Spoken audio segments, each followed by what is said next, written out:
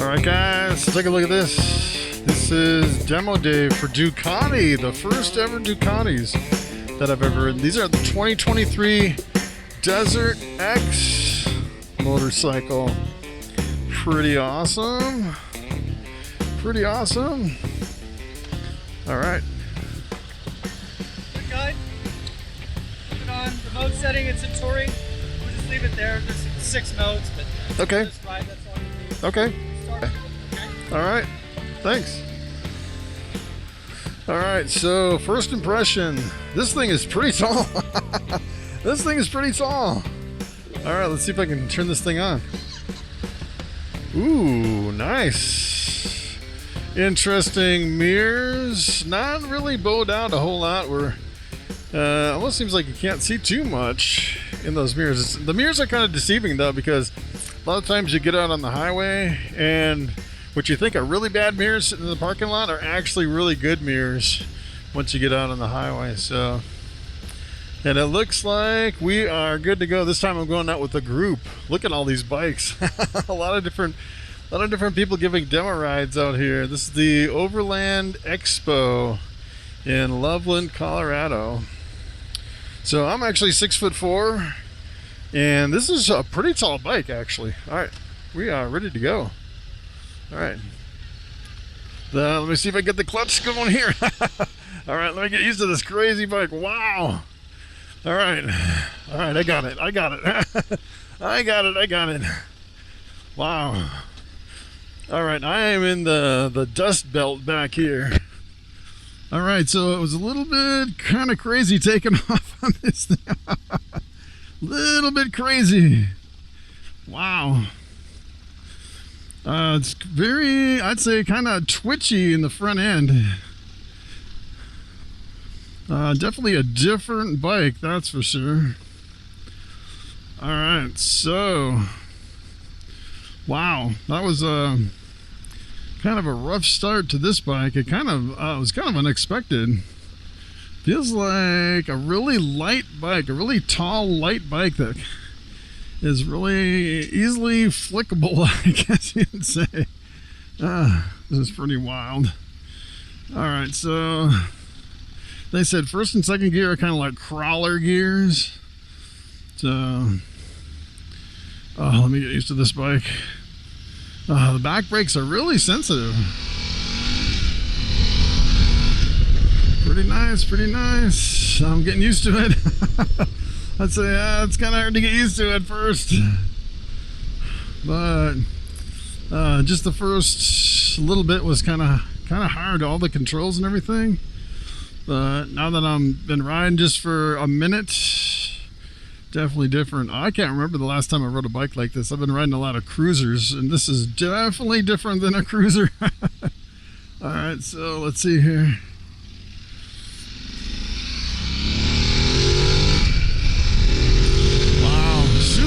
Super fast. All right.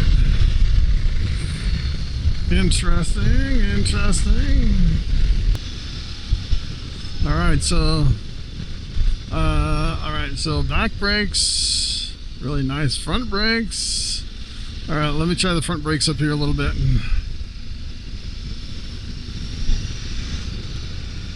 Front brakes, really nice, super nice. Pretty touchy, almost like a sport bike front brake, which is interesting. Like nice,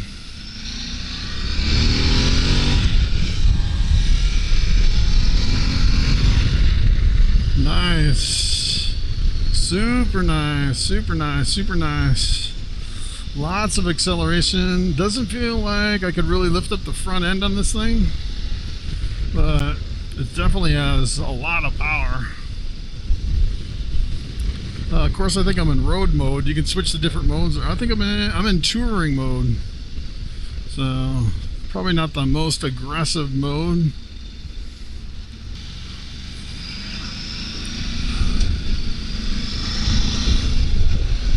So I would say the front end's maybe a little bit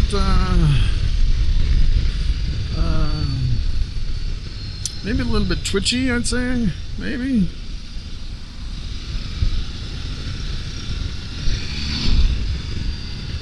but fairly stable. I'd say it's about as stable as you can expect for a bike like this. You know, a bike like this isn't really supposed to be that solid and planted on the highway. It's going to be more for kind of more geared for off-road, but I'd say it's a pretty solid bike as far as stability.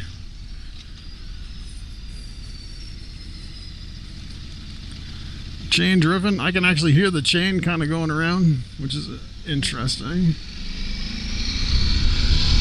The last bike I was on was a shaft drive. Super quiet with the shaft drive. The display, I absolutely love the display. You know, see how fast you're going, what gear. And I like when they put a big, you know, mile per hour right in the middle. So you can see how fast you're going. Some of them put the RPM in the middle. That kind of drives me crazy. Alright, so as far as the seat is pretty firm. Pretty firm.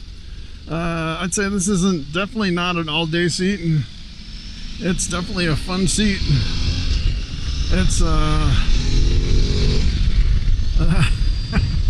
it's almost has a dirt bike feel to the seat, I'd say. Pretty firm. A little bit fatiguing, I'd say.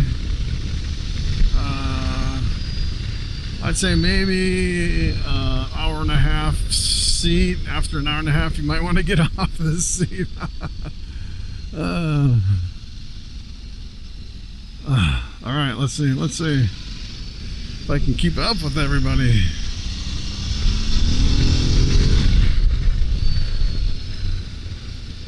Brakes are wonderful. Brakes are really nice. No problem at all. I definitely have an upright stance. It has a really upright stance to this. The mirrors aren't actually not that bad. Now that I'm on the road, I can see pretty good. So the little windshield's kind of interesting because it keeps a lot of the wind off of me, but it's loud. It's really loud. I'm going like 65. 65 and this loud wind. But it's not choppy at all. It's like it's keeping all the wind off me. No buffeting.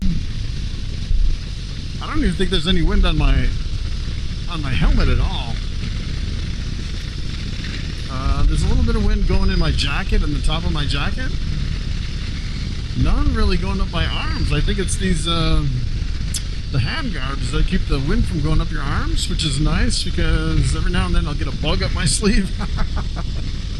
Which you don't really notice unless you're riding a lot, and every now and then you'll get like a one time I had a bee go up my sleeve. But it is kind of nice to have wind going up your sleeve because it really cools you down, like on a really hot day. So 75.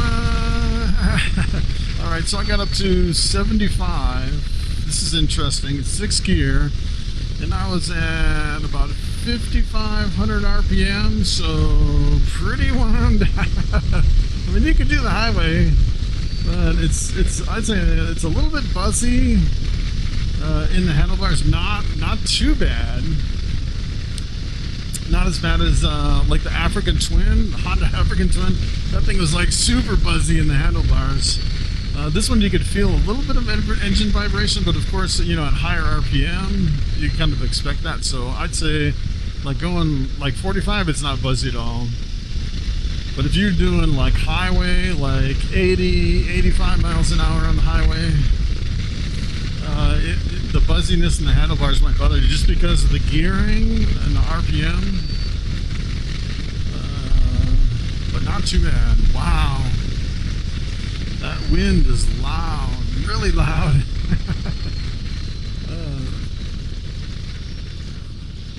It has really good wind dynamics as far as getting it off your body and keeping it from buffeting. But yeah, it's just loud. And it's interesting, sometimes you can have windshields that aren't loud at all. It's like it almost seems like that's one of the things they don't factor in when they're designing the windscreens. A lot of them are just looking at where the wind's going as far as the buffeting and everything. This one's perfect. It's just super loud. And I'm not wearing earplugs today, but if I rode this thing, going 60 miles an hour, I do feel like I need earplugs just because of how loud the wind is. And the funny thing is, I just got off a bike with no windscreen, and I was getting full wind, and I didn't feel like I needed earplugs. It wasn't that loud with full wind. It's only certain designs with certain windshields just give you a lot of wind noise. I've had some windshields where it'll give you a lot of noise on one side versus the other. This one seems like it's just loud all the way around your head. Has an interesting spotted windscreen. Looks like a tiger or like a leopard or something. So mirrors are not that bad. They're kind of small and round, but it's bowed out pretty good. It's not too bad.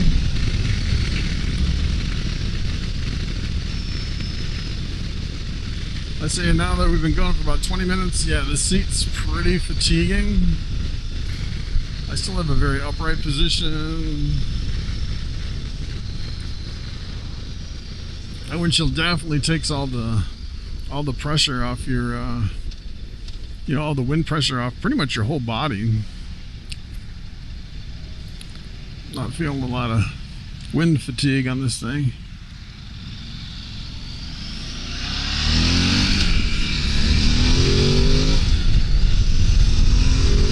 It is really fun. It's a really fun bike. Super fun. Yeah, there's no way I can lift up the front end though. I think it's under 1,000 cc, so yeah. But yeah, it's a fun bike.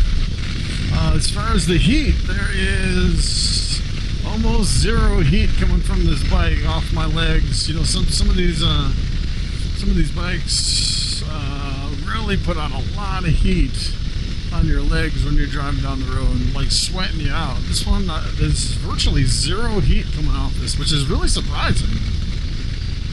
That's probably one of the most surprising things. It's wonderful. No heat at all coming off this. Pretty nice, pretty nice. Definitely don't want to get separated from the pack because I have no idea where we're at. Corners are what you'd pretty much expect for a bike like this. Not really solid because this kind of the skinny front tire on these.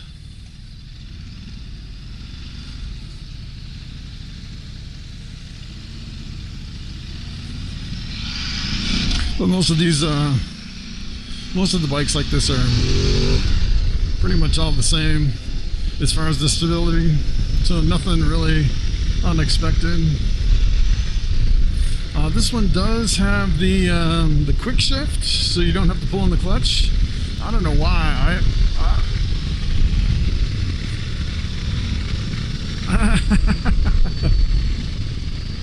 I've never actually tried it. This is the first time I'm trying the quick shift. Very interesting. Alright, so one thing I noticed that's bugging me on this bike is the shift lever on top of my foot is killing me. I don't know if it feels like it's a sharp shift lever. It's like digging into my foot. I don't know if I've been riding too many bikes, it's just kind of caught up with me, or if it's just this particular bike. I'm kind of getting used to this quick shift. This is pretty nice. Wow. Wow. So you can actually shift up when you're giving it gas and shift down when you're off the gas without pulling in the clutch. It's the first time I've actually tried it. It just, I don't know, it just seems wrong. It seems like you should just be able to pull in the clutch. How hard is that to pull the clutch in? Slow speed stability is not bad at all. It's actually pretty good. Going like really slow, like 1 mile an hour, 2 mile an hour. Better than would be expected for such a skinny tire in the front. Usually with a really fat tire in the front, the slow speed stability is, uh-oh. We got a big rig going through here. Alright, so I want to try the blinkers, see if they're self-canceling. I'm sure they are. I can't remember ever canceling them, and they weren't on, so I'm sure these are self-canceling blinkers. But yeah, this is a pretty fun bike. So, pretty awesome. Nice bright white color. I don't know if they come in different colors. The problem with white is, yeah, you know, it seems like you'd see a lot of the dirt on a white bike. You'd constantly be washing it, especially if you're OCD. That would drive you crazy. So I don't know what it is, but I can smell some rubber burning. I don't know if it's one of these bikes or what's going on. But yeah, these are pretty nice. The suspension's pretty good. Seats are a little too hard for me. The seat is killing me. Yeah, that's the one thing. It's kind of an interesting little stabilizer right here. Maybe the stabilizer is what kind of gives it the slow speed stability. I bet it is. Kind of sucks up some of the instability at low speeds, or maybe at the high speeds. Kind of interesting. Ducati, my very first Ducati. So yeah. So I've ridden quite a few of these. I've ridden the Pan America, let's see here. I've ridden, you know, several bikes that are similar to this. I'd say some of the downsides to some of them are some of them get really hot. This one doesn't get hot. Some of them are super buzzy in the handlebars. This one's not really buzzy at all. No buzziness in the handlebars unless you're like really winding it out going, you know, 75 miles an hour. I'd say this is probably one of the best bikes like this that I've actually ridden, as far as you know, all the pros and cons.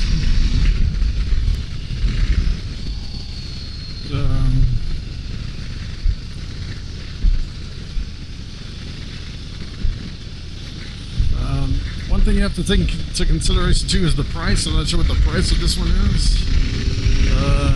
Yeah, out of all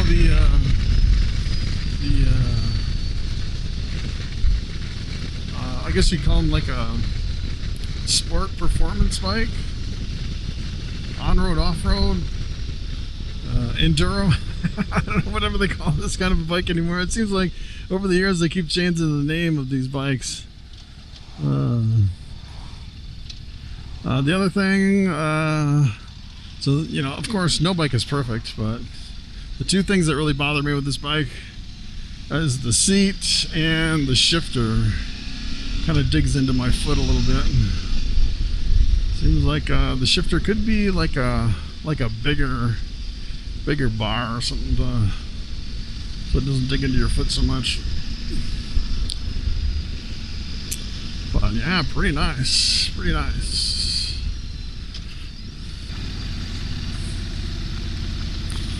Alright, so would I buy this bike?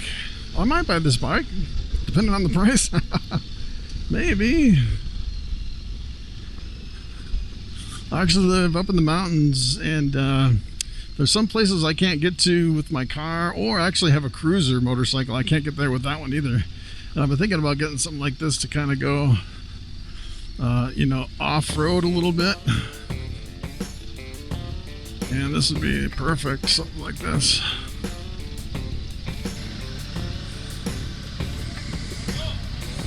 So, just kind of. Okay. Okay. So as far as pulling it back, not too bad. So when I'm pulling back my Dyna, My Dyna Street Bob, that thing is a beast. This doesn't weigh as much as my Dyna. So you can pull it back pretty good. Not too bad. Ooh, I don't want to get too close here. That's pretty good, huh? Alright, so let's see if we can shut it off. There we go. Alright. Has a steel kickstand. I don't know if I got too close to this guy or not. It's kind of interesting because when you get off, look at how much it actually lifts up quite a bit. This one actually has a key. Alright, so there you have it. My very first Ducati. That is the DesertX 2023. Alright guys, thanks for watching. Thanks for coming along. And I'll see you next time.